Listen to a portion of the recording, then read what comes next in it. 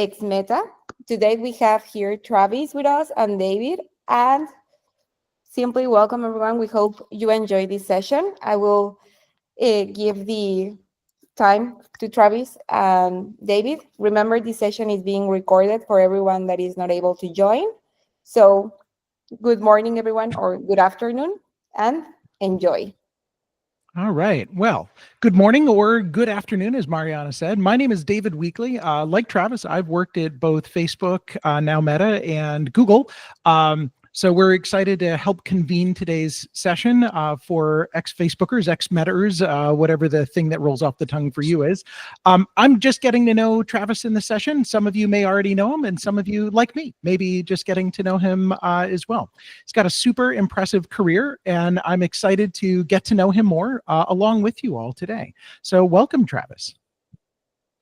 Thanks. Great to be here. I was just mentioning at the beginning of the call, we are already traveling for the long holiday weekend. We're up at a great little vacation spot, but the board games in the family are already going here too. So it gets competitive in here. So I'll try to mute when I'm not talking just to limit any crazy noise. So excited to be here though.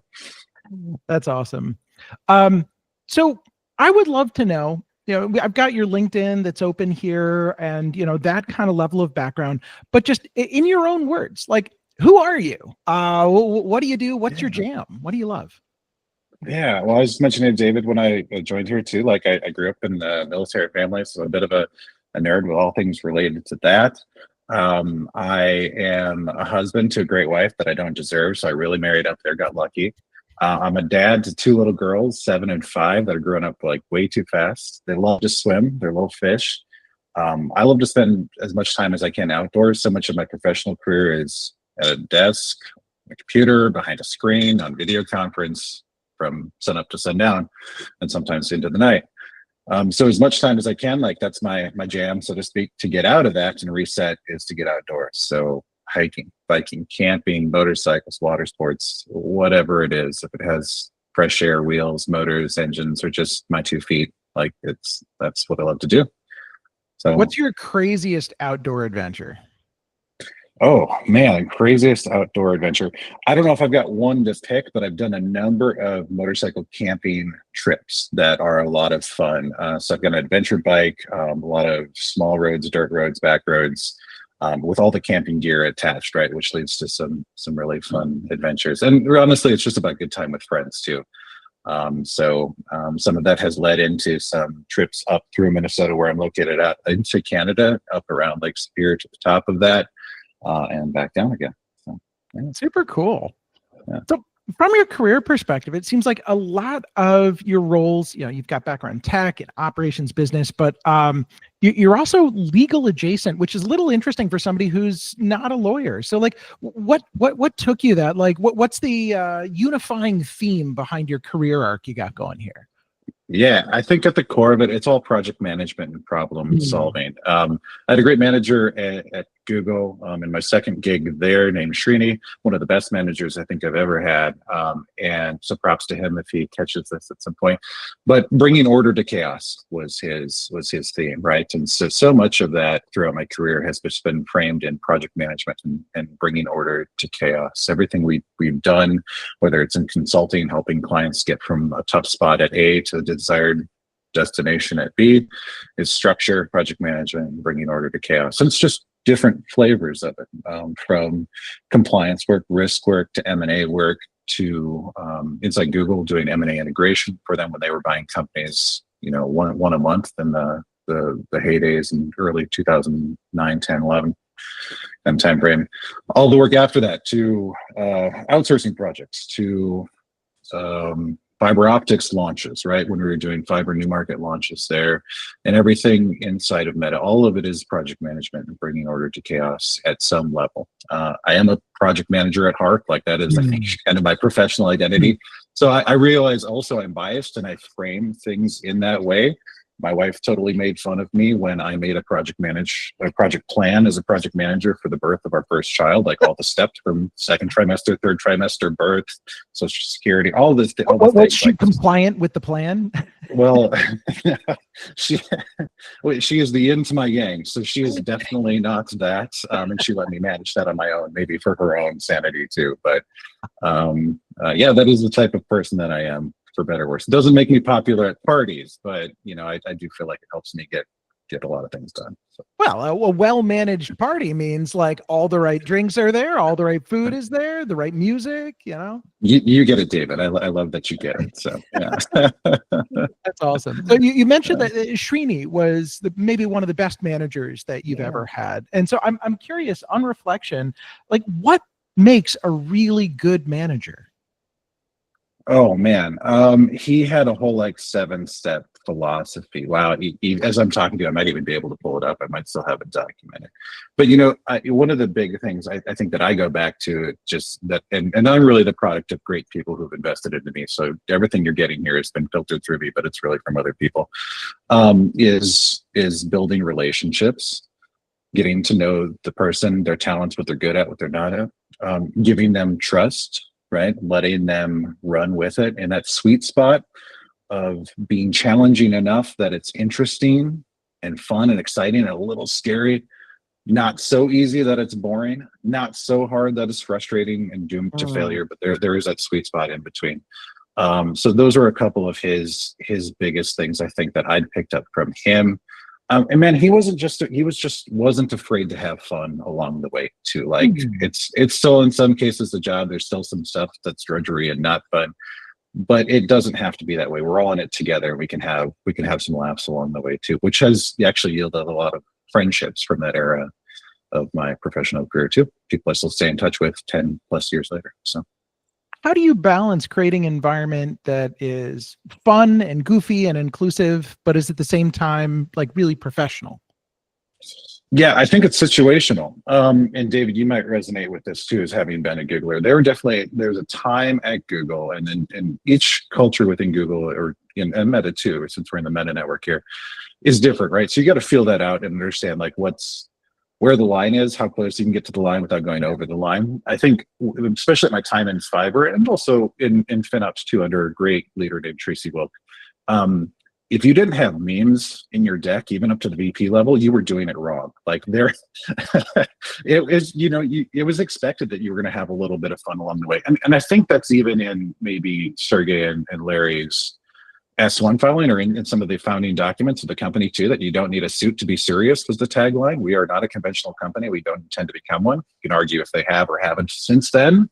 But during that time and that culture, there was just a lot of realization that it didn't have to be traditional corporate America and fitting into that. And so I think, back to your question, answering that directly, feel it out, understand what's possible, what's not, take some steps forward, see if, there's a great quote, right? You never know how far you can truly go until you've gone too far. You might go a little too far, back it off a little bit. Now you really know where the line is. Have some fun along the way. And make sure you're still getting stuff done though, too. So. Yeah. So I'm curious, with the kind of almost pivot to legal specialization here, what should people know who are not lawyers themselves, but who are interested in exploring working with legal, or who have recently shifted to that?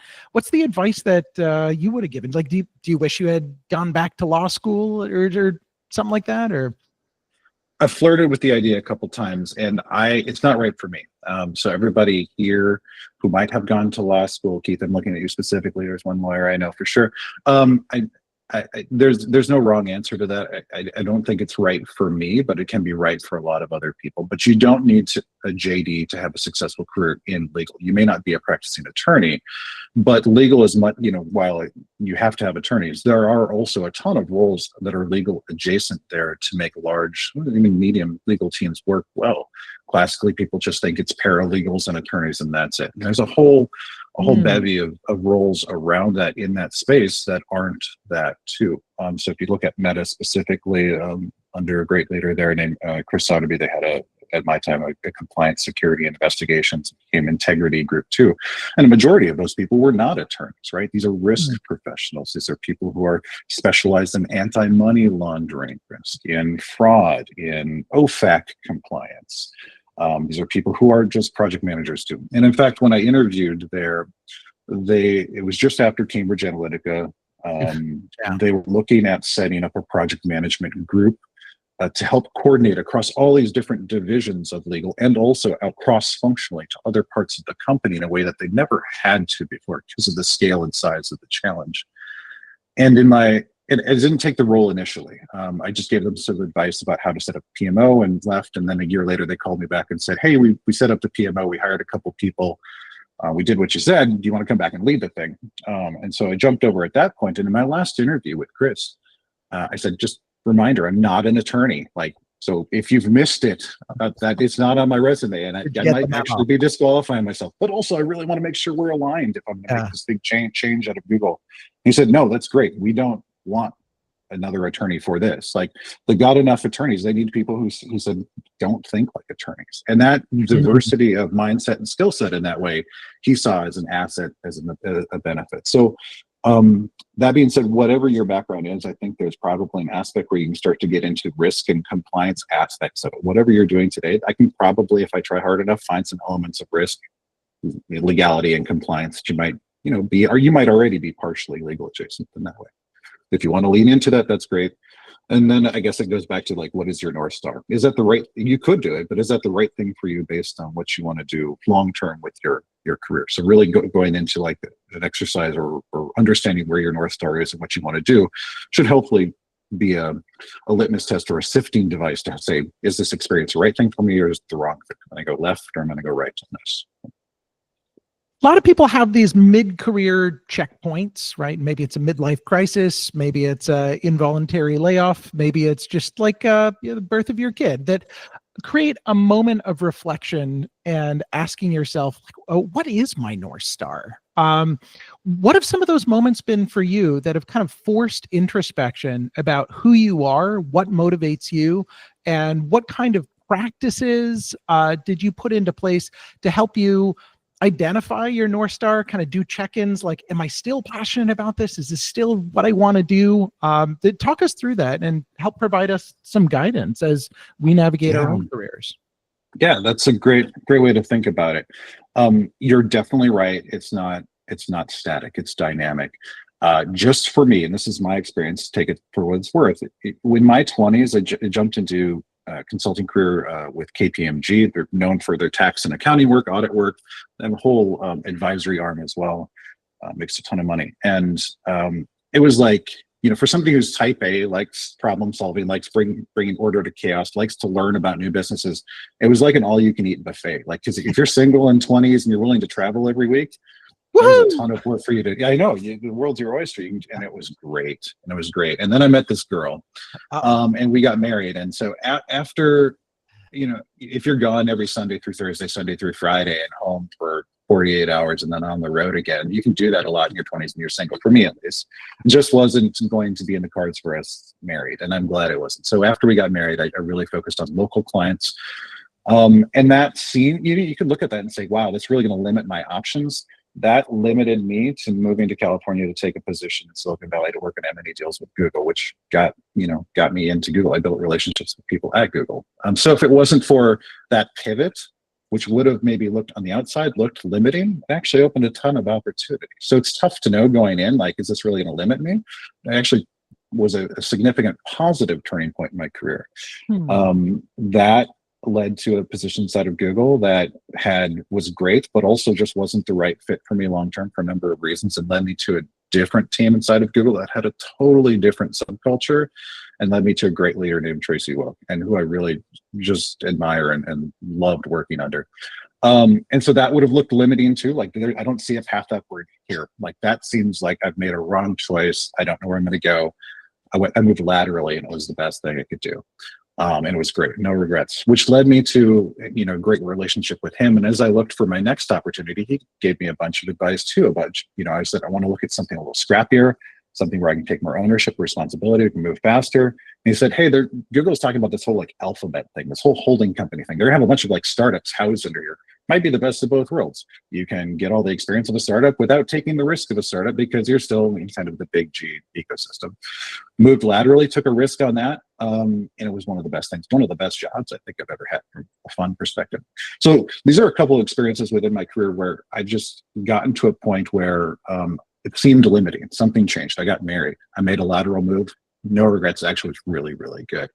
Made that move after a couple of years, got great experience, didn't see a path upward. That could be frustrating, limiting. Made a lateral move. No regrets. Great relationships, great leader who led me to another opportunity, which led me to Meta. So I think realizing that those, what might look like a roadblock is actually just an opportunity to move left or right, and that could be really good in a way you don't expect is one big thing.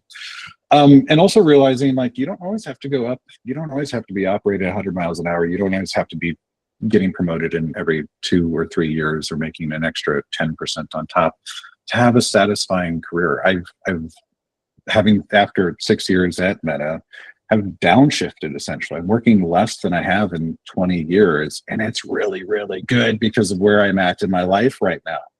And that seems, you know, as an MBA, you're like, why would you ever do that? You should up, make more money, get all the promotions, bigger companies, more prestige, whatever. Run, hamster, run. Exactly.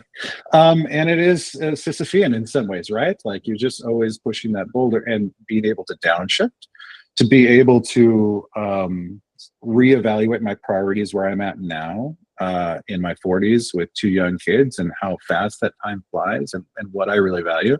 This is the best thing, and it's been amazing. So I think that's a lot of experience maybe from my perspective, but to say like step back, realize like when you want to run and gun, go for it. When you need to when you need to move laterally, that's okay. There's opportunities there. When you need to downshift for a bit, that's okay too. It's not a career killer. You can always hit the gas pedal again later on when the time's right. Now, it seems like in your case, like those transitions just kind of found themselves and lined up. You know, the constraints around needing to find a local job, you know, after getting married turned into an opportunity at Google. Sometimes people might not always feel like that right next opportunity is presenting itself. They might not feel quite as lucky as that. So what would you advise people who feel stuck, where that kind of just magic, oh, and then I should do X, and that's obviously the right next thing for where I'm at? Yeah, this is the 40,000 foot view, right? And I don't remember who said it, but somebody who said that, you know, that we all want to have perseverance and grit, and we know that's the right thing to do. And we look back and we laud ourselves for having that. But in the moment, it just feels like bleak. It feels terrible, right? Because you're just in the suck of it, right? And so there's definitely going to be times where the fear, the uncertainty, the doubt, it's going to creep in. Like you're human, it's going to happen. And also one of the things that's got me through that too is knowing kind of a core identity, right? I am the product of a bunch of great people who have poured into me, from my parents early on to the education system that I got to all the great friends, family, support network, and all the great companies and experiences that I've had. And knowing that, right? And know this about yourself too, everybody on this call, everybody who listens later, like you have a bunch of great experiences too. You are not your last project that might have got canceled. You're not, a failure because you got reorged from one group to a different group that seems like it's going to be limiting. Like your identity is bigger than the slice of just the professional side of things. And also that professional side of things, if you are there, you're already really experienced and successful. And it might take a little bit of time. It might look a little uncertain for a while, but it's not forever. The method I've fallen back on is know that you've got a true identity that's bigger than that one slice, bigger than that last change that you couldn't have controlled or predicted if you were, laid off, or if you, the subject of a reorg or something like that. And also then work the process, I guess, is my perspective on this. So back to the North Star thing. Cool. Okay, this didn't work out the way I expected. We board game a lot. The dice rolled a different way. Didn't go the way I expected. Now what? Yeah. I still know my North Star is X, and I still know I want to go that direction. What are the opportunities or the experiences I can potentially line up to get me one step closer to that? And it doesn't have to be forever. It just has to be one step closer to that. Or is that a sign that I should step back and reevaluate my North Star? I'd gotten some great advice from a VP at Google who was leading Project Phi at the time, their MVNO effort. And we spent maybe 90 minutes, 2 hours together just talking about this. And he said, like, the scariest thing for some people is picking a North Star because it feels limiting. It feels like this statement that you have to go achieve it. And exactly. And if you don't get there, you're a failure. Total BS. Right. Pick a North Star so that you have a litmus test or a sifting device to be able to evaluate new opportunities against. A rubric. He said, a rubric, exactly. He said, for example, if you're in Kansas and you want to get to the West Coast, you should be making steps west. You don't have to decide today, am I going to live in La Jolla? Am I going to live in Palo Alto? I'm going to live in Redwood City. You just know you're going to get to California or the West Coast at some point, and you should be moving west.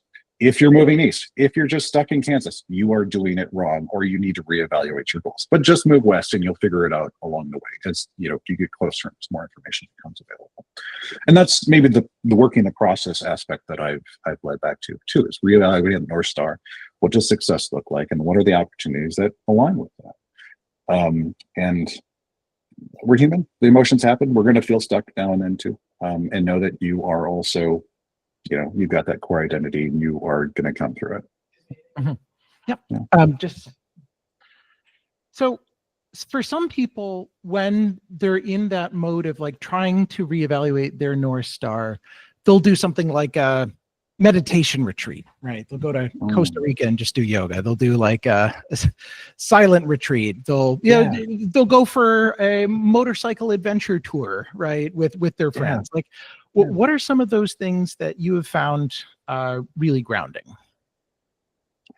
The motorcycle tour, again, that's biased towards my interests. But the nature of, there are other things like it though. What I like about it is it takes enough of my consciousness, my attention, that I have to stop thinking about a lot of other things. My mind personally is just really busy, a lot of thoughts going through there.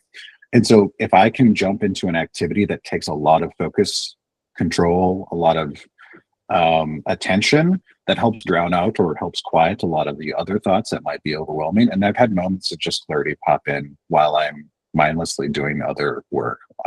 While I'm on a motorcycle trip. I have, since you brought it up, I have gone on several 4-day no technology silent retreats for the past 4 years too, as just a chance to unplug and disconnect. Totally stumbled into it. And it's been absolutely great. Different kind of theme or focus for me personally each time I go. Sometimes that doesn't really emerge until I'm in the middle of it, and I have some interesting thoughts or perspectives out of that. These are my experiences, but that could be, unique to everybody else. Even I was golfing the other day and I felt like the back nine felt like I'd completely forgotten how to golf. Great front nine was great and the back nine was terrible. And I Googled it 2 days ago and I was like, I feel like I've forgotten how to golf. And you wouldn't be surprised, or you'd be surprised how many other people have like literally put Reddit posts out there saying, I feel like I've forgotten how to golf. And so many, so of course, naturally I start reading these because I'm like, what have I done? And so many of them are like, take a break, take 2 weeks off, take 3 weeks off. Like, he's like, some person said like the best route I shot was after taking 3 months off. I just walked away and came back. And so that, I think whatever it is, whatever the thing is for you to do that, or whatever the thing is you need to get away from a little while, I think having that clarity and that separation really does something amazing to clear the head and maybe drive some clarity. I'm not a psychoanalyst, therapist, anything like that. So I don't know what's going on in there, but I know it works for me. So yeah. That's fair. I found for myself when there's moments of personal challenge, when I'm needing to go and make a breakthrough, it sounds really straightforward and obvious advice, but just making sure I get really consistent, good sleep and working out really hard, really consistently, will help my body, and then that helps my mind, and just I'm calmer about things. I can think more clearly about things seem less catastrophic. I tend to find like if I'm not eating well, not sleeping well, not exercising, I tend to catastrophize. I tend to perseverate. My mind goes in circles, and I have trouble thinking through a good strategy for like, hey, wait, what do I got to do next? So sometimes if it's not obvious, what's the big next strategic move I got to make? It's like you focus on what you can do, what is within your locus of control, and that could be, I'm going to get to sleep at 9:30 tonight, and I'm not going to drink alcohol, and I'm going to wake up and I'm going to go work out. So I've found that pretty efficacious for me. Yeah. That was great advice too. It reminds me of somebody else said, sometimes you just need to be like a plant. You need sunshine, fresh air, good food, and hydration. Like core elements that could really jumpstart the foundations of a reset there. So Totally. yeah. So a number of different times you've built teams from the ground up. We talked a little bit about what makes a good manager and some of Srini's 7-step philosophy, which I hope, by the way, that you'll manage to dig up and share out with this group. Yeah. But kind of beyond that, what's your own leadership take beyond Srini's around what high functioning teams need, especially if they're involved with legal, compliance, or risk? Yeah.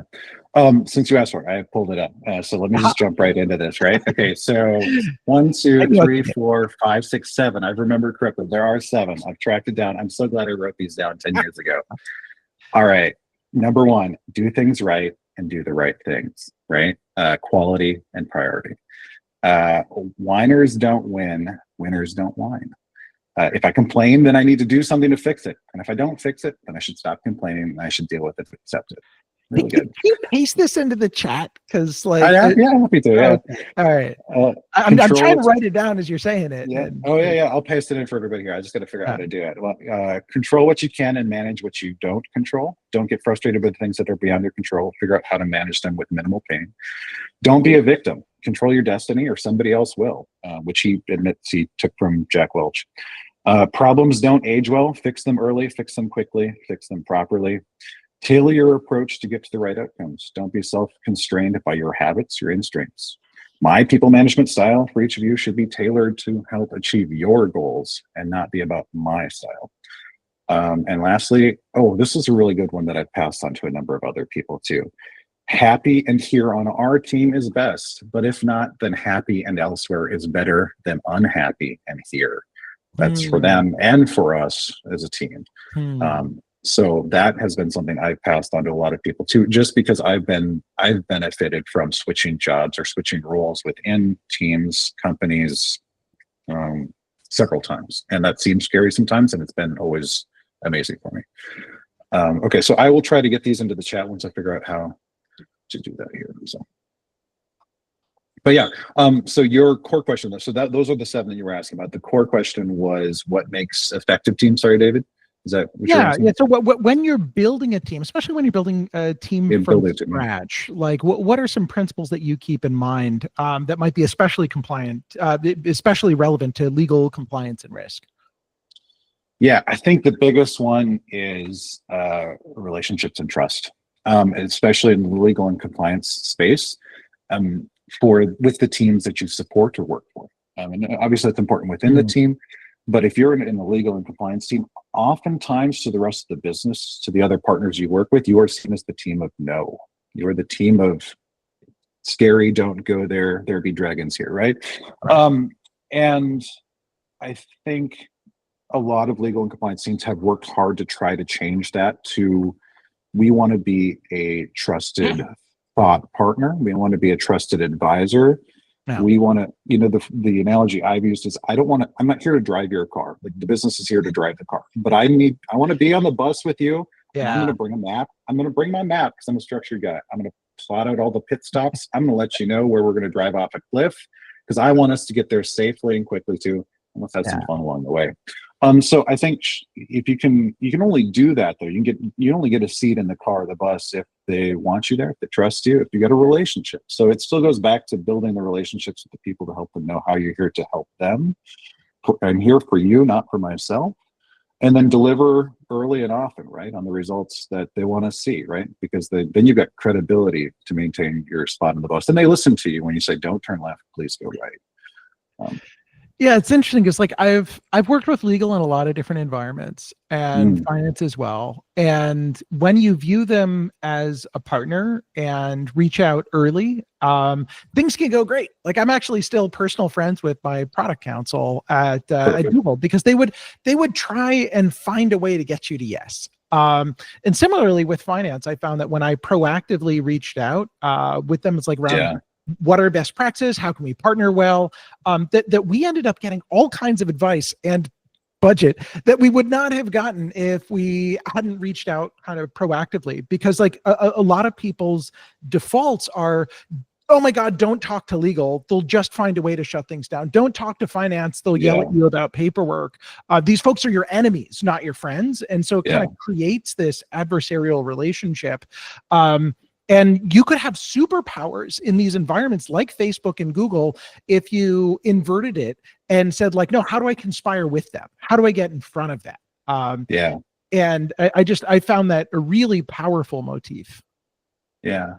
And I think what you hit on here, so 100%, I'm glad you've had that experience directly, because that's what they want too. And it makes everybody's life easier, honestly, when you can do that.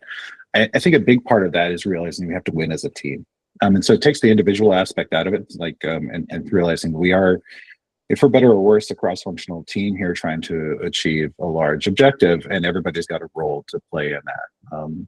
I think, and one of the things I've thought long and hard too is like, this may be happening at Google, but definitely Meta too. Like there's more and more, I think, unhealthy competition where I think that team spirit is really struggling. If you have an environment that has now been over the past couple of years just hit with layoffs, and this isn't a Meta problem, this is most big tech and a lot of companies right now, and those roles start to become, or the performance reviews start to become very forced ranking style, and then layoffs as a result of where the ranking goes, it actually, I think, fosters less of a teamwork spirit and more of an individual success spirit, which I think it makes it harder to do what you're saying. And it's a cultural thing. They have every right, to, all these companies have every right to put the performance systems in place that they feel are right, as long as they're legal. But it does, have some negative effects on the culture and being able to see the success as a team rather than the success as an individual. Absolutely. I have seen in environments which had forced stack rank that there's kind of a fixed by mentality. And it's, and that's hard. It's like you said, it's management's prerogative to decide how they want to do performance management. But I think that can be culturally pretty harmful when you've got that kind of mindset of, it doesn't matter how well it's like how do you outrun a bear, right? Right, exactly. So I run your slowest friend, right? Janice, then like I'm gonna be good, right? It's not about like group performance. So yeah, I mean, I think that's great insight, that just making sure that people have that growth mentality, that it's about succeeding as a team is really important. So speaking of that, I mean, actually, that obviously, David, if I can I add one thing here too? Please. I was just chatting with another client yesterday about this, because I do advisory work now as well. And we were talking about this in the context of stifling innovation. In that same cultural aspect, it's actually harder to, because they were talking about setting up an innovation team, an acceleration office. But if you've gone through layoffs, and if people who are being hit with low performance reviews and layoffs are because they took a risk on something and it didn't work out, even though it was a strategically good risk or bet to take, can't afford to take risks. Then if you penalize them for it, nobody's going to want to take risks anymore. And if nobody's willing to turn the crank, work on the core line of business. Yeah, stifles innovation too. So it's really interesting to me, these companies that are known as just leaders, just titans of innovation, and in some places they still are in certain departments. But again, you get into the microcultures. Not every microculture or subculture inside those departments has the same tolerance for risk and being willing to take chances to be innovative. Yes. And if you have a culture of hitting people hard when they step out of line, they're not going to want to take a risk, even if it's a smart strategic risk that might really pay off. Totally. So I think everything you said about teamwork, it gets dampened down, and I think innovation gets stifled as well. I'll step off my soapbox there now. No. This whole session is about you having a soapbox, so it's like well, not part at least. So yeah. Thank you. So I mean, I think you've touched on some good points about culture there and innovation culture. What are some other ways that you help intentionally shape culture for your team? Oh man, yeah, relationships. First, you've got to get to know each other. I remember there was one situation where I was traveling for a couple of weeks at work at Meta, and I came back into the office pre-pandemic and sat down next to somebody in the office, one of our project managers, and I just mentioned, oh yeah, so-and-so left last week, kind of abruptly. I was kind of surprised they quit. And she goes, who? And I said, this guy sits right here behind you. She's like, I have no idea who you're talking about. I'm like, we're on the same team, like it's different sister teams, but like it all rolls up to me in the org, and I'm like, you sat 7 feet away from each other for 4 months. How Never do you not? noticed You don't even know each other's names. And I was like, oh crap, we don't even know each other's names.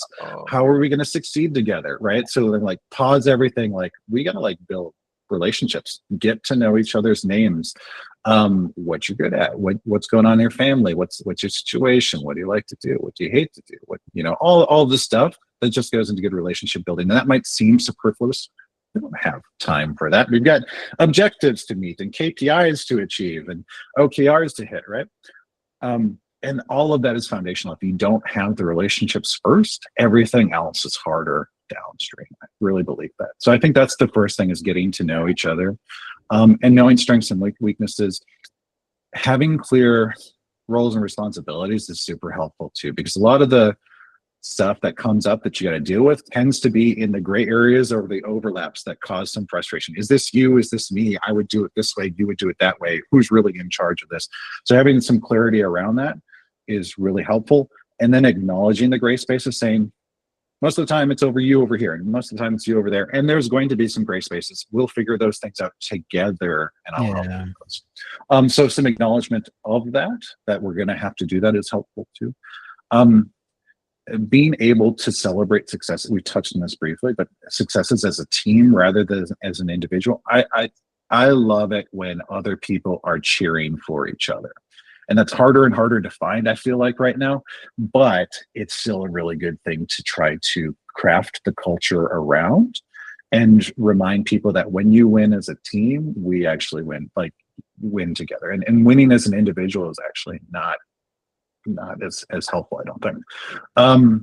And in that vein, I guess if you're for the people who are people managers here on this call too, one of the things I like to do is try to hire well to make sure we're, because it's a cultural, or it's a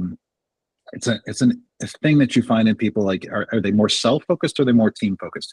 And I think it's something that's harder to train in, and I think it's something more that, certain people are certain ways.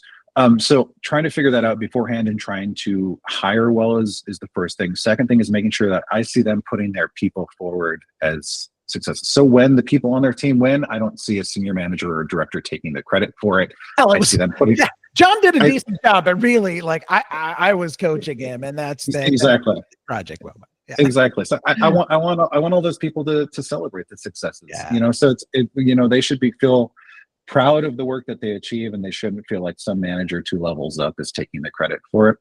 I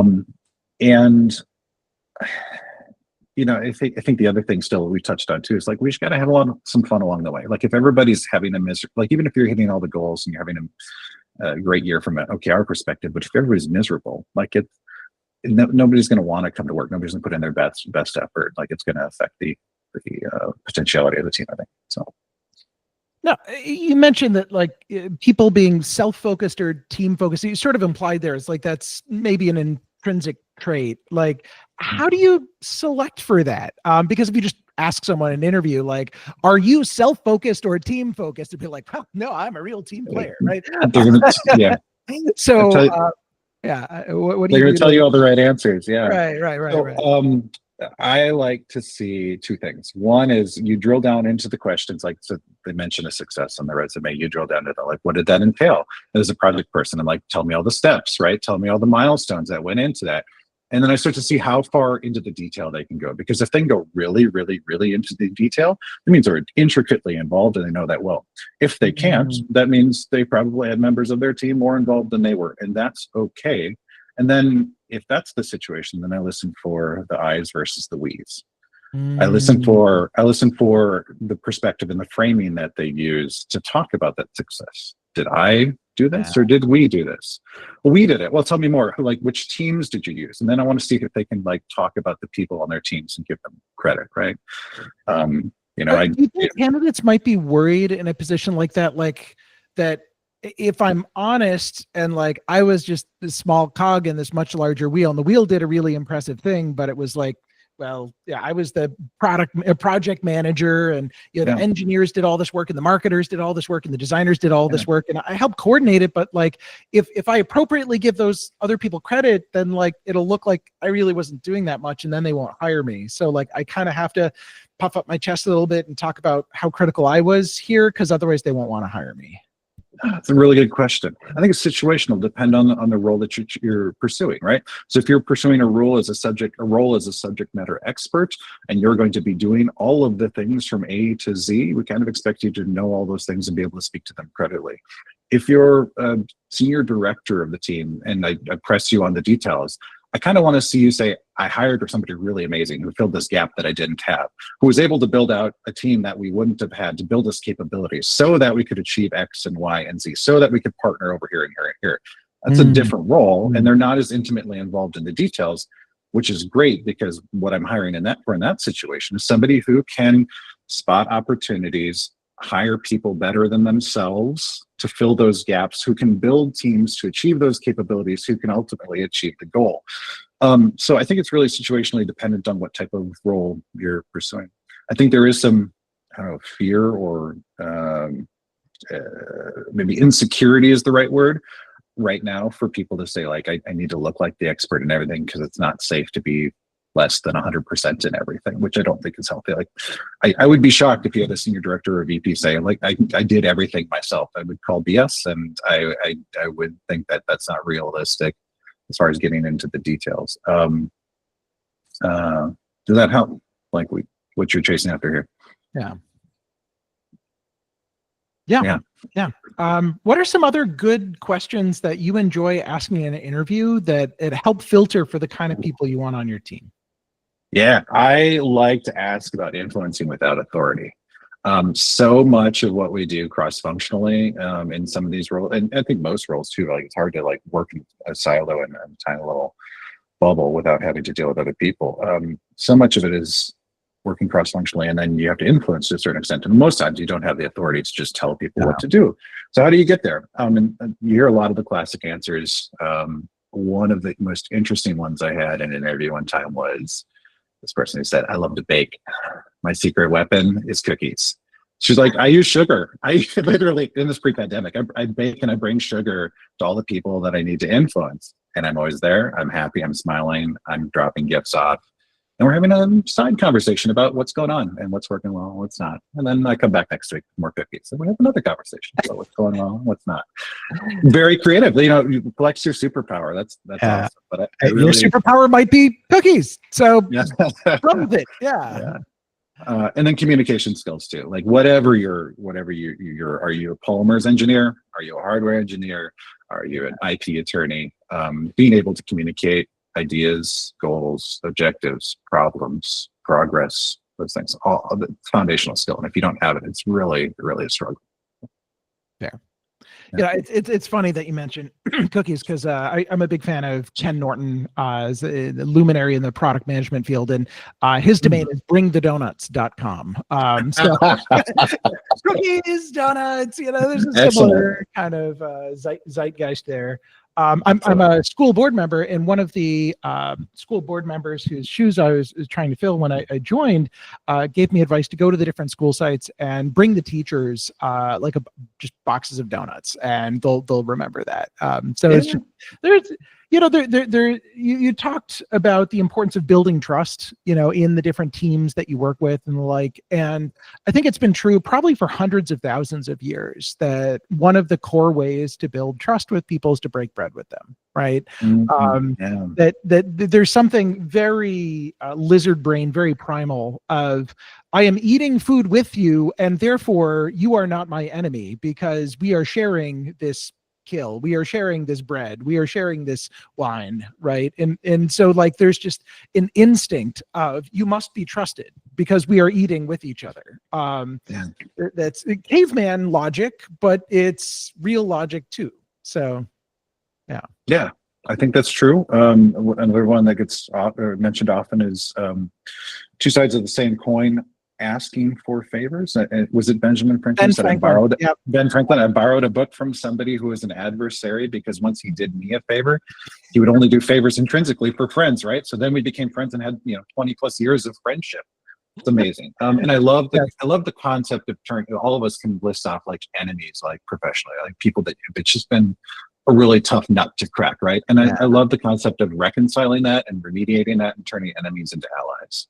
That's so right. there is some Hatred's not the enemy of love. Apathy is the enemy of love, right? And so if somebody hates you, it means they care about you. It means they've thought about you a lot, and they have some very strong opinions, and they want to weigh in. Yeah. And the other one on the flip side of that coin too is not just asking for favors, but also like a great leader that I worked for, Frank Lawrence too. His mantra was, "How can I help you?" Like how can I help you? Like it's not about me. It's like, what can I do for you? And that helps build trust. Servant leadership. Yeah. Yeah. I found like being vulnerable helps as well, because people feel they need to put on a tough face for their boss, and bosses often feel like they need to put it on a tough face for their people. And just showing it, I'm a real human. I have bad days. Bad things happen to me. I have happy days, and you'll know when I'm happy, and I have sad days, and you'll know when I'm sad.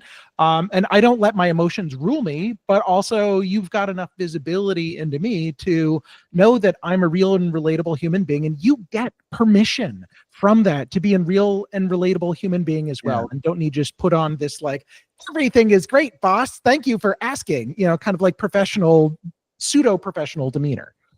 Yeah. I think yes, and also that is harder than ever in this current environment. I've gotten a number of people who've reached out for advice, and I do a little bit of coaching on the side too. People don't feel comfortable being vulnerable anymore, and maybe and also it's a little bit more. I think it's harder in places where people have been trained to mitigate risk. So think legal and compliance. Think lawyers who's like I don't show any vulnerability because that might lose me the case. Right. And so I think it's harder than in those spaces to do that traditionally. And then it's even harder in places back to what we're talking about with performance review culture, with forced ranking and whatnot, because that vulnerability may be the thing that drops me from the Great Lakes seats to seats, or exceeds to meets all, or below, right? And so there is a risk in being vulnerable. And also I think that's where some of the best relationships can come out too, right? What are some of the other things that you do to build trust in teams? Like there's food, there's activities. For remote folks, it can be really challenging. I had an interesting situation, my most recent role, where I was brought on as a remote leader for teams that were overwhelmingly on the East Coast, and so like I needed to fly out there, break bread, have like team activities, and like walking one-on-ones. What are some of the things that you found have worked to go and build trust? Yeah, all of that, right? So getting to know people, spending time with them in person rather than virtually. Virtually is a stand-in, but it's not as good. Breaking the bread, showing that you care. Like, how can I help you? Right back to the servant leadership aspect. Even I had somebody who worked a couple levels below me 5 years ago. He said, "I really want to be a product manager. I want to switch into product management." Great. Like that means you want to leave my team, but I'm awesome. That's awesome, and I'm excited for you to take that career step. How can I help you? Right, and that led to a part-time MBA. That part led to a bunch of recommendations into Meta's PM role, and now he's a PM over at TikTok. So we got him there, and we're still in touch, right? And I've helped him along in his career. So showing that I'm here to help you, even if it isn't necessarily like super aligned with my personal professional objectives, is another way to do that. I think celebrating wins as a team is a big one too. It's showing that we celebrate successes together is a big one as well. I think it was harder during COVID, especially during the pandemic, to get people together the way that we used to, and with a lot of budgets being scrapped around travel and everybody kind of more distributed, it's harder than ever to do that in a way that was more traditional. But yeah, that as well. Being there for people when they've got something else going on too. As you build relationships with people, and as you are vulnerable with them and they are vulnerable with you, there's stuff that they share with you that is really tough. That's what's going on in their life behind the scenes, and being there for them is really important to help. So one person at one point in my career had gone through a really tough miscarriage, right? And we've gone through miscarriages as well as ourselves. Yeah. So it's more common than you realize, but people don't talk about it, right? So we were able, in her moment of vulnerability, I was still able to have a moment of vulnerability too. And she's like, I just think I need more time, but the company only gives me X number of days. And I said, I don't care. Take the time that you need. And if anyone has a problem, come back and tell them to talk to me. Absolutely. Like, and that was it. That was the end of the conversation. And you know, I don't think I don't know, I never asked, but I'd like to think that builds trust rather than erodes it. So absolutely. Yeah. Just consistently doing the right thing by people, even when it comes at cost to you, cost to the team, cost to the company. I think that's right. And I think it's in the small gestures too, you know. Yeah, my boss at my most recent employer, we were traveling together. We were on the same flight, and it was looking like it was going to be a while until boarding. We were both at the gate, and so I hadn't had breakfast. I'm like, I'm just going to go run off and grab a breakfast sandwich. She's like, cool. Stayed by my bag. I ran, and then they took like 15 minutes to make my breakfast sandwich. It's like this grab and go. I'm like, it's like the flight was boarding, and I'm like, what am I going to do? I got my sandwich. I ran back, and he had basically let the whole section go in front of him so that he could just be there with my bags. And we managed to get our bags in the overhead and everything, but just like, it was a very small gesture, right? But just, it was a sign of respect, that this wasn't just like, oh, my underling like is trying to figure out his breakfast sandwiches and I'm just going to leave his bags here. But like that he would do that and show that care and thoughtfulness. Sometimes it's the small gestures that send that signal of like, I care about you and I respect you. Yeah, for sure. I mean, we went through a really tough health diagnosis with my wife for a little while as well, and my manager at Facebook too was just like, take the time that you need. Like, you need to work early, you need to work late, as we're going through radiation treatments and all that. And that's a big thing. It's bigger than you waited for me at the airport, but just those things and being there to show care, right, and show being a good human, I think is how you phrase it. Like, it is really, really important to build trust. So, yeah. Thank you. I want to open things up a little bit. We've got a couple more minutes for those of you in the audience who've got questions for Travis. Feel free to just come off mute or raise your hand. Ask it in the chat, whatever medium works for you. But we'd love to hear your questions for Travis. Come on, be bold. Otherwise, we'll just start picking on people. I have a quick question for Travis. Hey, Brian. Good to see you. Hey.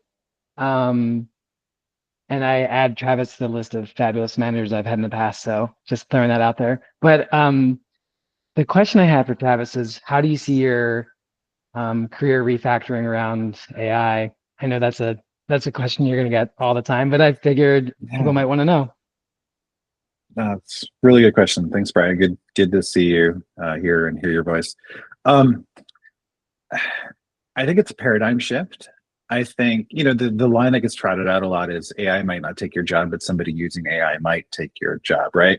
And I think that's, it's a little bit overblown, but I actually think that's pretty accurate. I think if there are a suite of tools that are now available to a lot of the people in the workforce to make you more efficient and more effective, if you put your head in the sand and ignore them, you're going to be at a disadvantage.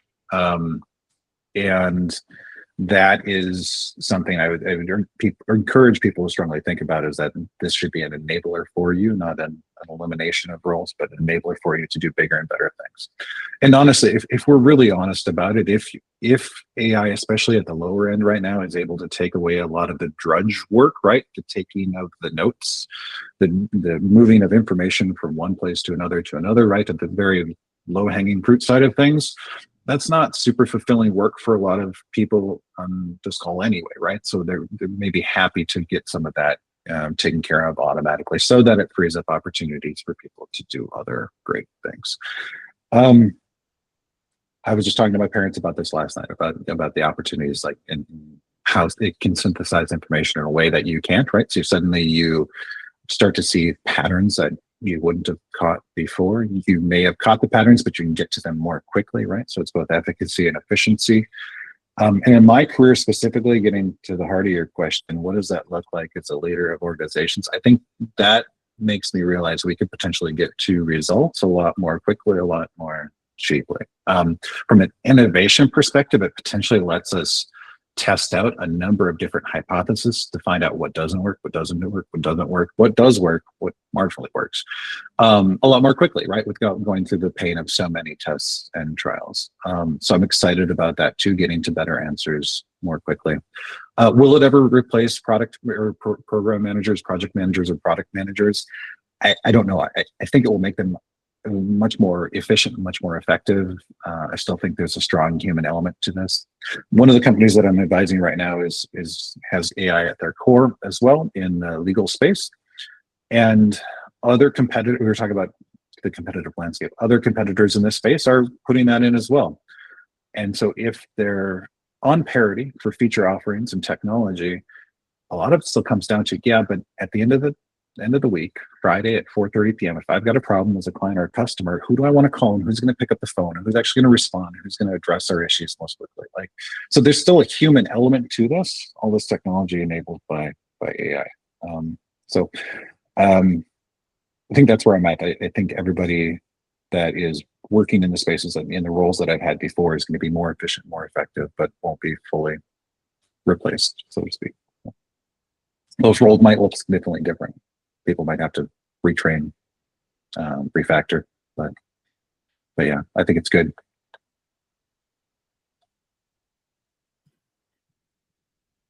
More questions from the audience?